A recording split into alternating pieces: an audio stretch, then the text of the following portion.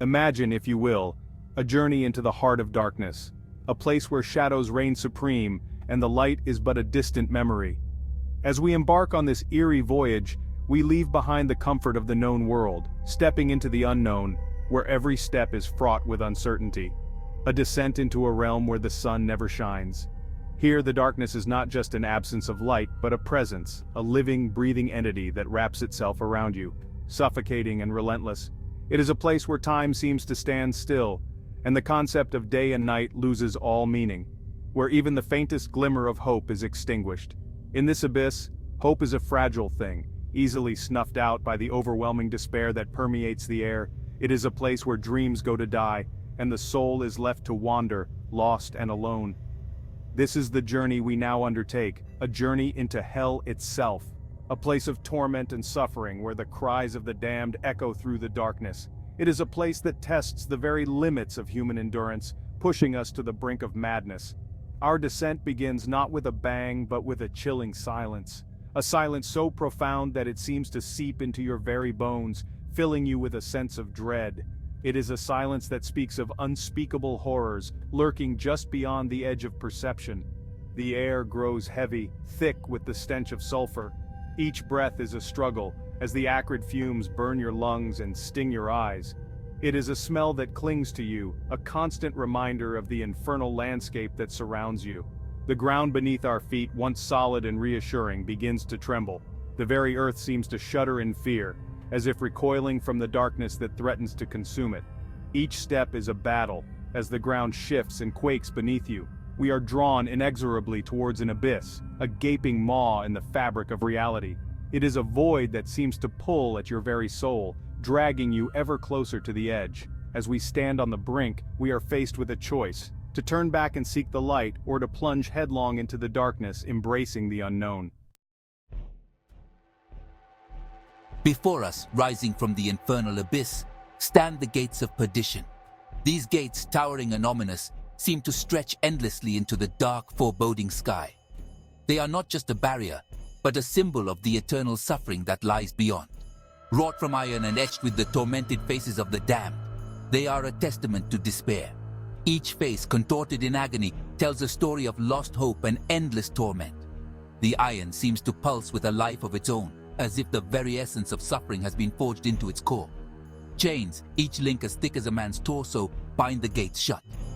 These chains are not mere metal, they are forged from the very essence of despair and hopelessness. The weight of countless souls seems to hang upon them, making the air around them heavy and oppressive. A deafening clang echoes through the abyss as the gates groan open.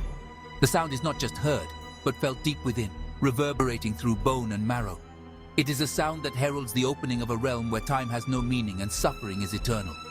The sound pierces the soul, a prelude to the horrors that await within. It is a warning, a final chance to turn away, but we are compelled to move forward.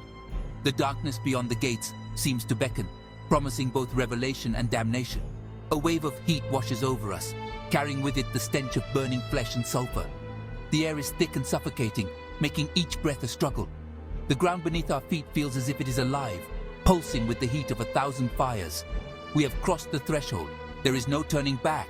The path ahead is shrouded in darkness, but we are drawn forward by an unseen force. Each step takes us deeper into the heart of perdition, where the true nature of our fate will be revealed.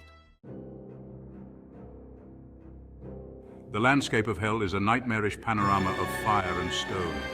Rivers of molten rock flow through plains of obsidian, their surfaces reflecting the tormented sky above.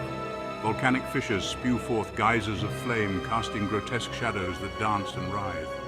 The air itself seems to burn, thick with ash and the choking fumes of brimstone. The ground beneath our feet is treacherous, a constantly shifting mosaic of burning rock and jagged obsidian. Each step is an act of defiance against the very environment itself. Condemned souls wander aimlessly across this desolate landscape. Their forms are twisted and disfigured, burned and scarred by an eternity of suffering. Their eyes, hollow and filled with an unspeakable torment, reflect the horrors they have endured.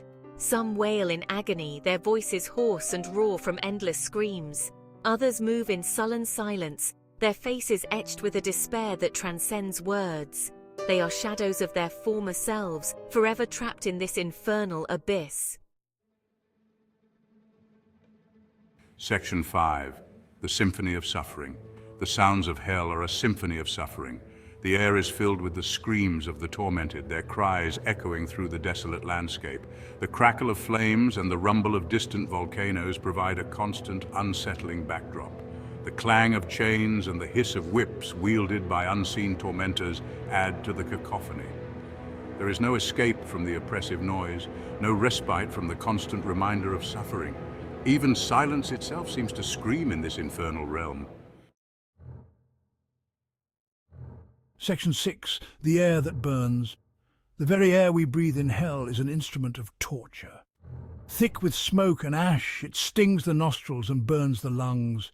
The stench of sulfur permeates everything, a constant reminder of the infernal nature of this place.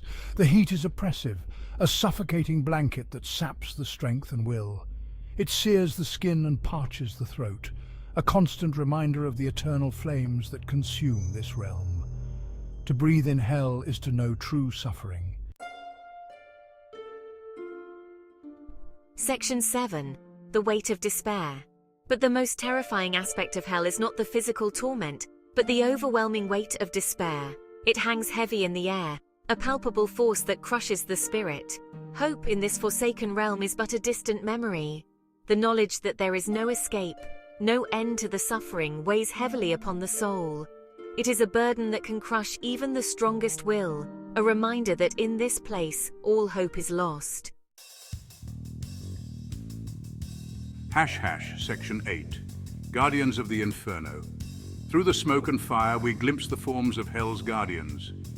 Grotesque and monstrous, they patrol their domain with a chilling efficiency. Their eyes, burning with infernal fire, miss nothing. Some are winged creatures, their bodies a tapestry of scales and scars. Others are hulking behemoths, their flesh seared and blackened by the very flames they command. They are the jailers of the damned, ensuring that none escape their eternal punishment. Section 9. A glimpse of hope. But even in this realm of eternal damnation, there exists a glimmer of something unexpected. Amidst the suffering and despair, we witness an act of compassion. A condemned soul, his face etched with pain, reaches out to comfort another. The gesture is small, almost insignificant against the backdrop of eternal torment. Yet it speaks to a flicker of humanity that even hell cannot extinguish. A reminder that even in the darkest depths, the capacity for kindness can endure. Section 10. The true face of hell. Our journey through hell is coming to an end. We have witnessed unimaginable horrors, felt the sting of infernal fire, and breathed the air of despair. But perhaps the most terrifying truth is this: hell is not a place, but a state of being.